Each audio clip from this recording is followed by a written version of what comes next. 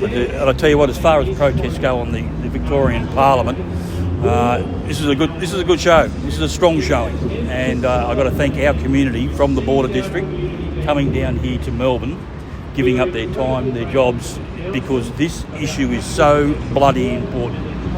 You can't keep trying to break down the current process or the plans like cookie cutter and getting less. Like, we wake up every day in Albury Wodonga, we have something in the order of 50 beds short every day. Every day we wake up.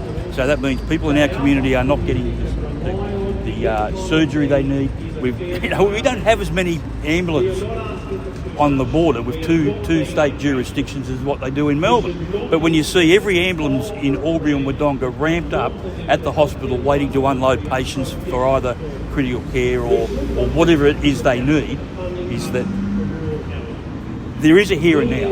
And I've been trying to talk with the government in the last 2 weeks, and Georgie has certainly been part of those conversations, is that there's two opportunities here. Get down, start working with the New South Wales Labor government, pull your heads in and start looking for here and now, which is the Mercy Hospital contract where there's 20 beds, and similarly with the surgical modular units on campus. That way we can get the throughput, people can get the surgeries, and we get people treated. That's the here and now.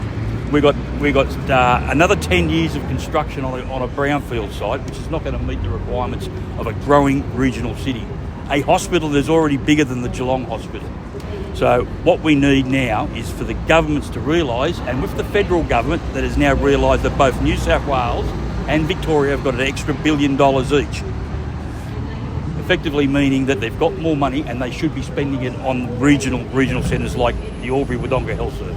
Those points you made about the immediate services, do you think this rally will give you a fresh impetus to go back to the Minister and say that this shows what we need as soon as possible, as well as in the long term? Well, this is exactly what part of it, the here and now, that I've been trying to negotiate with both the Health Minister and the Premier. And I've got to say, look, they've been receptive in the sense that I'm not in the business of praising anything, because they said that by Wednesday they won't have an answer for us. But usually the behaviour of the government is...